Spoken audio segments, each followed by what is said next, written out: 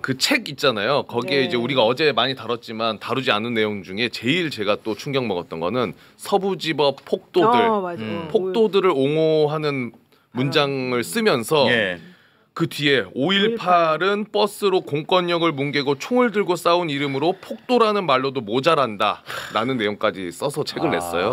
서부지법 폭도. 이런 이야기를 한 사람이고 그리고 그건 뿐만 아니라 그러니까 계엄 옹호가 제일 문제인데 되게 많아. 그러니까 그게 제일 문제인데 이 사람의 인식 자체가 우리 사회에서 구성원으로 살기도 쉽지 않은 사람이야. 몇 가지만 소개해 주세요. 왜냐면 나를 지금 너무 욕을 하시니까. 음주운전 처벌하면 안 된다고. 맞아요. 방금 소개해드린 것도 있고 도박과 성매매는 어느 다른 누구에게도 피해를 주지 않는다. 라는 내용도 있고요. 술을 먹고 운전하고 가고 있는 것은 다른 누군가에게 피해를 준 것이 아니다. 라면서 처벌하면 안 된다라는 거를 SNS에 또 과거에 쓴 뭐가 많네. 어제 오늘 굉장히 뜨거웠던 이슈죠. 강준욱 국민통합비서관. 근데 이 자리가요. 처음부터 국민통합을 위해서 보수계 인사를 앉히려고 했던 자리였다고 합니다. 너무 취지가 좋아. 취지는 좋죠. 너무 좋아 진짜. 나는 이런 거 너무 좋아요. 취지가 정말 좋습니다. 하지만 내란 세력과 지금 필사적으로 싸우고 있는데 내란을 옹호하는 사람을 이 자리에 앉힌다? 이건 좀 그래요. 이거는 통합 아닙니다. 이건 혼란이죠, 혼란. 나는 혼란보다 모욕이라고 생각해요. 모욕. 더 좋은 표현이네요. 예, 그렇죠. 근데 정규재 등 보수 인사들이 추천을 했던 것 같아요.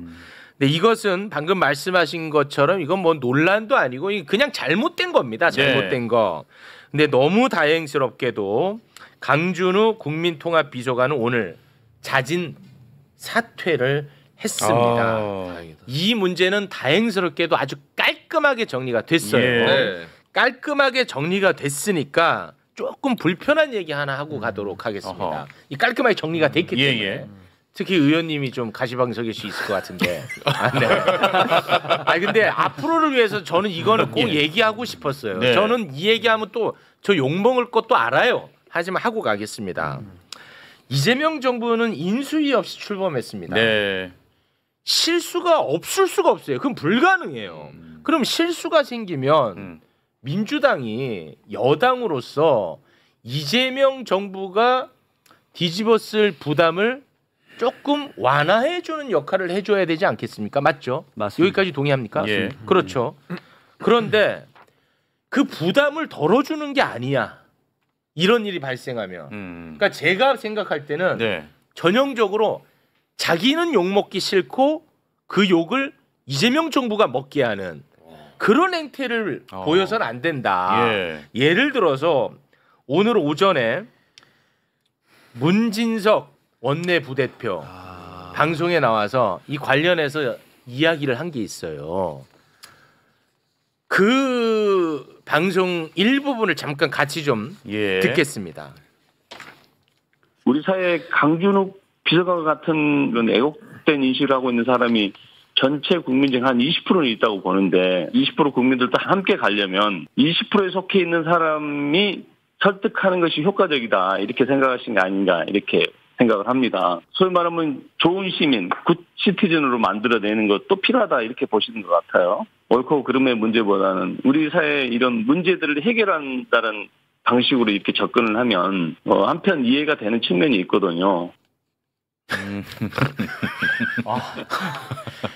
그러니까 본인은 대통령한테 욕먹기 싫고 잘 보이고 싶고 지지자들한테도 욕먹기 싫어. 그래서 모든 욕을 대통령한테 몰아주는 것 같은 느낌이에요. 저는 그렇지 않나요?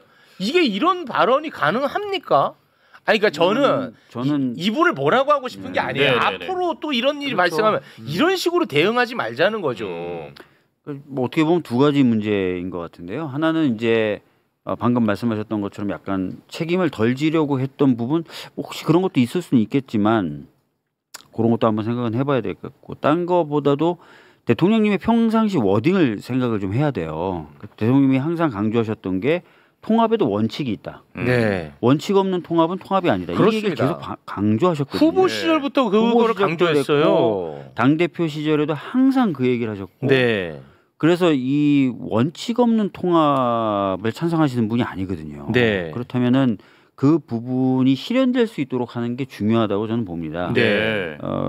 뭐 그래서 사실 뭐 결과적으로 그렇게 좀 된 것 같긴 한데 당에서도 이제 조금 더 이제 소통을 좀 잘 하시면서 대통령님 생각하시는 원칙 이런 것들을 좀 잘 살려나갈 수 있도록 하는 것이 좀 좋을 것 같다는 생각이 듭니다. 그렇다고 해서 또 뭐 문지석 수석이 뭐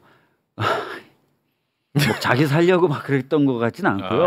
네. 근데 이게 조금 궁금했던 게 처음에 이제 보수계 인사나 정규재 씨 같은 사람이 추천했다고 얘기를 했잖아요. 네. 그러면 그 명단을 받고 나면 이쪽에서 이제 검증을 할 거 아닙니까? 네. 아무리 시간이 없다 그래도 네. 최소한의 체크는 해보잖아요. 근데 네. 이 사람에 대해서는 체크를 해보면은 유튜브도 나오고 별별 말이 다 사실 나오거든요. 네. 그리고 책을 딱 한번 보면 책이 3월달에 나왔기 때문에 책도 금방 나오고 목차도 다 나와요. 근데 그런 것들을 제대로 안 보신 건지 시스템에 대해서 조금 의문을 갖는 사람들이 있어가지고. 그러니까 워낙 제가 듣기로는 중복해서 여러 사람이 추천을 했다는 거예요. 이 사람을 한두 사람이 추천한 게 아니라. 그러면은 안 받기 어렵죠. 그래서 안 받기가 굉장히 어려웠고 네네. 특히 이제 자리가 아까 최욱님이 말씀하신 대로 국민 통합이기 때문에 애초에 보수적 인사를 앉혀야 되겠다고 염두에 둔 자리였던 거예요. 그렇죠. 네.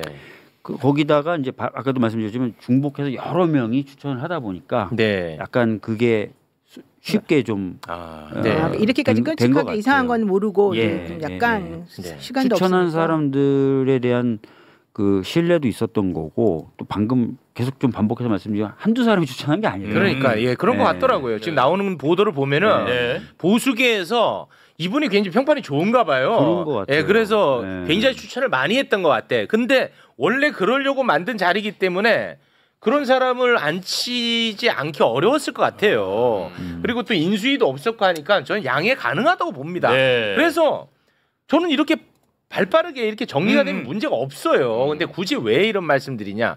앞으로 이게 논란거리가 아니잖아요. 이거는. 근데 이해할 수 있는 측면이 있다고 이렇게 얘기를 하면 예를 들어서 중도들은 아주 민주당을 강력하게 지지하지 않는 중도들은 얼마나 어이없어 하겠습니까? 근데 저는 그 결과론적으로 좀 잘 됐잖아요. 근데 결과도 중요한데 저는 과정이 더 중요하다고 생각을 합니다. 어제 오늘까지 있었던 이 과정은 우리가 한번 돌이켜 봐야 돼요. 왜냐하면 그게 검증이 안 되면 앞으로 계속 이럴 거거든요. 근데 저는 지금 이 문진석 그 의원에 대해서는 방송에 나와서 하신 얘기니까 이미 다 전파는 다 됐고 국민들이 다 들었거든요. 근데 내란에 대한 인식을 옳고 그름에 대한 문제가 아니라 사회 갈등을 좀 정리하는 차원에서 그 20% 안에 있는 사람을 또 대표하는 사람이 가면 더 잘할 수도 있을 거 아니냐.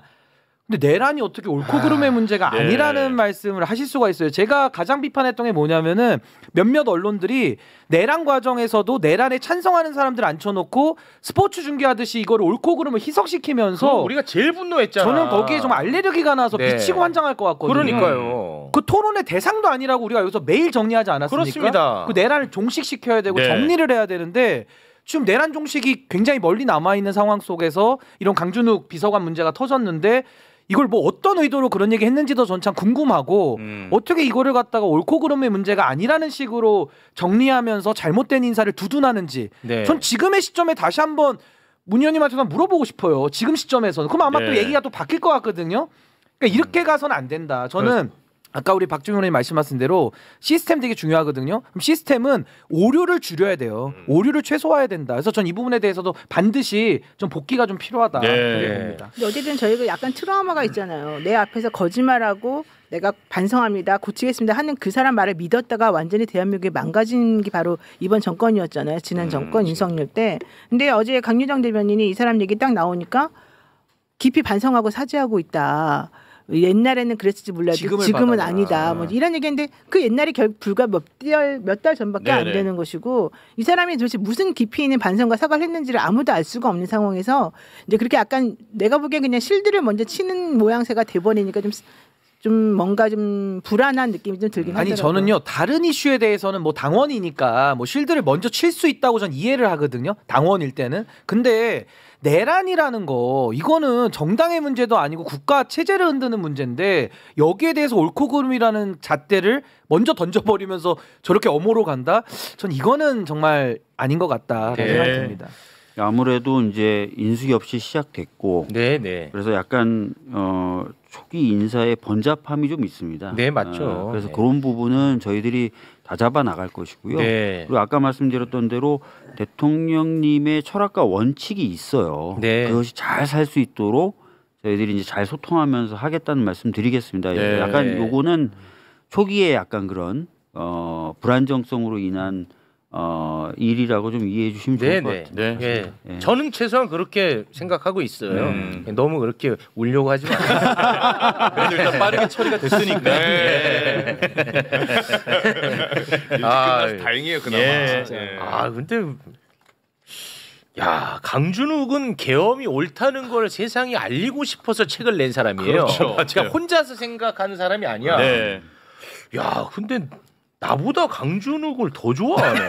뭐라고 하시나요? 뭐라고. 아 일부만 그래. 최욱이 이거 완전 쓰레기라고. 아니 왜 그 이재명 정부 비서관을 욕하냐고 그러네 나. 난 좀 이해하기 어려워. 나 이런 거 보면 좀 쉽지 않아요. 쉽지 않지만 또 한번 받아드립니다. 네.